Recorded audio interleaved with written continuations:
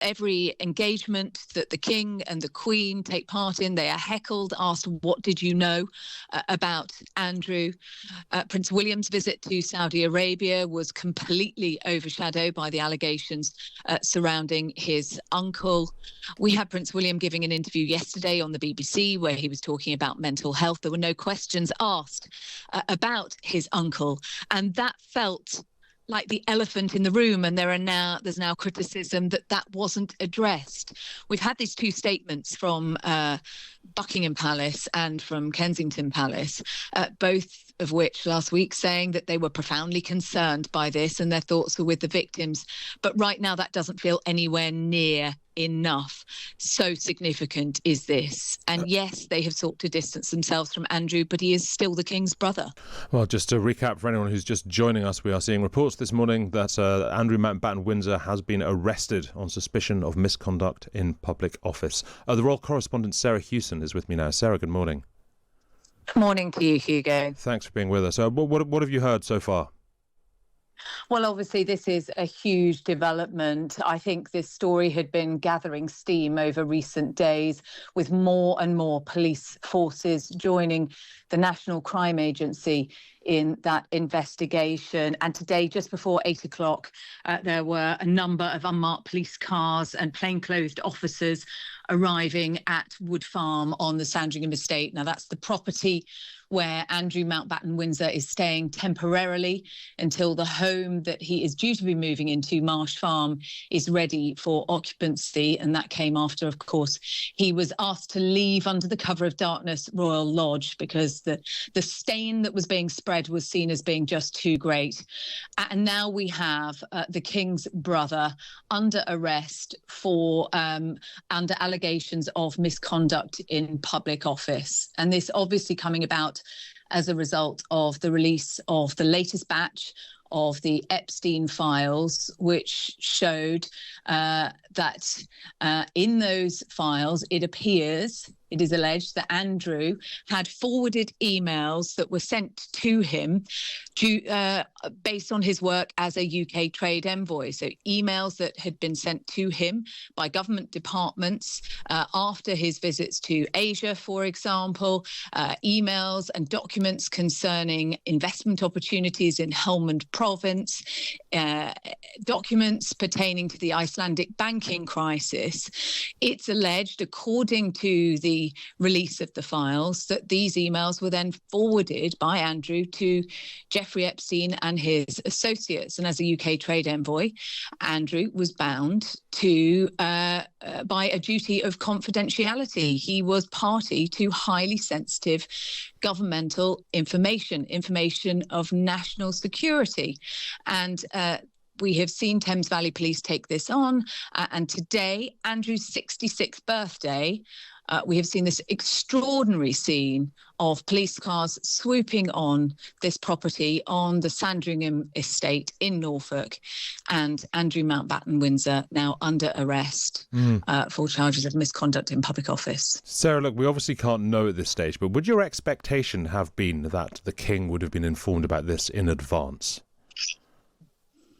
We can't know, but the King had made it clear in his statement at the beginning of last week that he would not stand in the way of any police inquiries. I mean, it's highly sensitive. The royal family want to distance themselves from Andrew, and that was why we saw this very decisive action taken in October last year when Andrew was stripped of all titles and kicked out of Royal Lodge. They want to distance themselves, but he is still a member of the royal family and he is still the King's brother. And I think it is likely, given the security around this as well, that the King may have been informed that this was taking place, but we just don't know at this stage. I mean, with the various stories that have been swirling around Andrew recently, Sarah, and of course before the latest release of the Epstein files, there were also the suspicions of what he'd asked his various security guards to do, going back a little bit further. Will there be shock about this in royal circles, or will they be thinking, you know what, something like this was bound to happen sooner or later? I still think it's shocking, although I think there was this feeling that this was what we were building towards. There was a sense of inevitability that this was going to end up this way. Sarah, look, I mean, the royal family, they've worked so hard to, I guess, sever and then cauterise the gangrenous limb of the family that Andrew Mountbatten-Windsor has become. But there must be a part of you that thinks to yourself this morning, is this how we begin to lose our monarchy? Look, it's been incredibly difficult, no matter what action they have taken. This has cast a huge shadow. I mean, that's an understatement, really, isn't it? Over everything that they have been doing, every engagement that the King and the Queen take part in. They are heckled, asked, what did you know about Andrew? Prince William's visit to Saudi Arabia was completely overshadowed by the allegations surrounding his uncle. We had Prince William giving an interview yesterday on the BBC where he was talking about mental health. There were no questions asked about his uncle, and that felt like the elephant in the room, and there's now criticism that wasn't addressed. We've had these two statements from Buckingham Palace and from Kensington Palace, both of which last week saying that they were profoundly concerned by this and their thoughts were with the victims. But right now that doesn't feel anywhere near enough. So significant is this. And yes, they have sought to distance themselves from Andrew, but he is still the King's brother.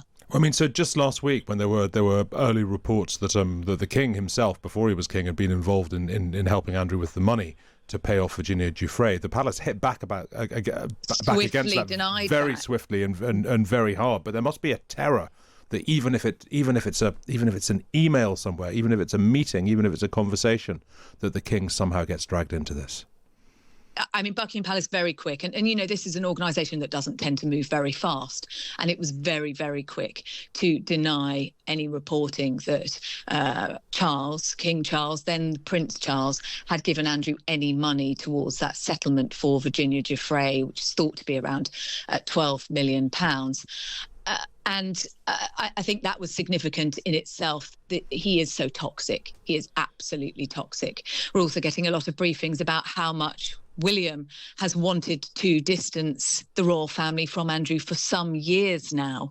And this has been a dilemma for the Queen, for how she dealt with her son, the King, how he deals with his brother, and Prince William, his uncle. I mean, I think he has wanted to take the toughest action on this, but has had to toe the line.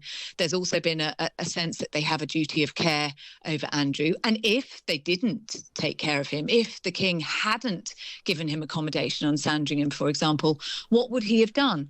Where would he have gone? A lot of Andrew's troubles have come around money and taking money, seeking money out from wealthy individuals in the Middle East, for example. Jeffrey Epstein is a wealthy benefactor.